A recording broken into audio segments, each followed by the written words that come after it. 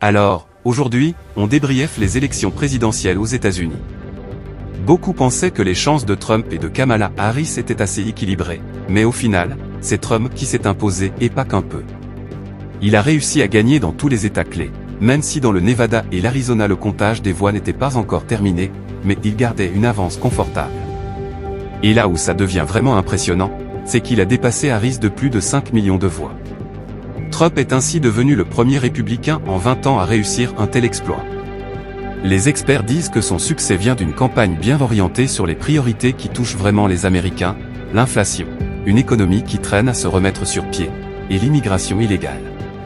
En jouant sur ces thèmes, il a réussi à convaincre des électeurs, y compris ceux qui penchaient habituellement pour les démocrates. Et Trump, lui, il ne s'est pas gêné pour faire des promesses directes à toutes sortes de groupes sociaux, réduction des taxes sur les pourboires, sur les heures sup pour les travailleurs, et même sur la sécurité sociale pour les personnes âgées. Il a aussi assuré qu'il donnerait un rôle à un libertarien dans son administration, et qu'il soutiendrait le développement des crypto-monnaies, ce qui a pas mal plu aux fans de Bitcoin. Il est même allé parler dans des bastions démocrates, comme le Bronx, devant des électeurs afro-américains et hispanophones, mais pas vraiment pour gagner New York. Le but, c'était plutôt de séduire ces groupes-là pour les États décisifs. Et cette stratégie, elle a carrément payé. Trump a ainsi remporté 55% des voix des hommes latinos, soit 19 points de plus qu'en 2020, et 38% des voix des femmes, soit 8 points de plus. Ce gain, on le doit principalement à son discours axé sur l'économie. Beaucoup de latino-américains font partie de la classe ouvrière, donc les problèmes économiques récents, comme l'inflation et les taux hypothécaires élevés, les ont vraiment frappés de plein fouet. Et, évidemment, son discours ferme sur l'immigration illégale a aussi eu de l'écho auprès de cette communauté. Trump a aussi bien réussi à capter l'attention des jeunes hommes de moins de 30 ans, notamment en apparaissant dans plusieurs émissions populaires et même dans le podcast de Joe Rogan, qui a plus de 17 millions d'abonnés sur YouTube. Harris, elle, a refusé l'invitation, ce qui a pu lui coûter quelques points. Trump a même ouvert un compte sur TikTok, malgré son ancienne guerre contre cette application, qu'il considérait comme une menace pour la sécurité nationale.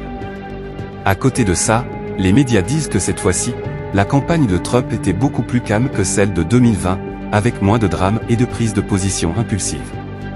Son équipe a réussi à éviter pas mal d'erreurs et de coups de sang qui, auparavant, servaient de matière à ses opposants. En revanche, la campagne de Harris a manqué de punch.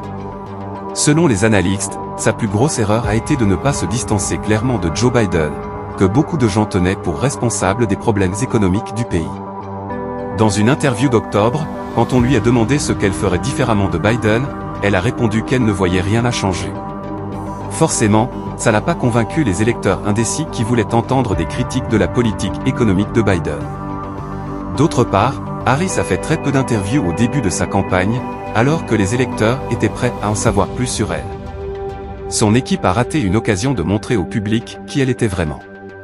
Le problème, selon Atlantic, c'est que sa campagne est restée trop conservatrice. Là où Trump a su trouver des façons originales de s'adresser à différents groupes, Harris a eu du mal à faire croire qu'elle pouvait vraiment changer les choses. Au final, son discours était trop progressiste et loin des préoccupations de la majorité. Elle a surtout attiré le soutien des Américains blancs avec de hauts revenus, ceux qui, eux, ont moins souffert de l'inflation. Le reste de la population est resté plutôt sceptique face à ces grands discours, qui manquaient de solutions concrètes sur des sujets comme l'économie et l'immigration.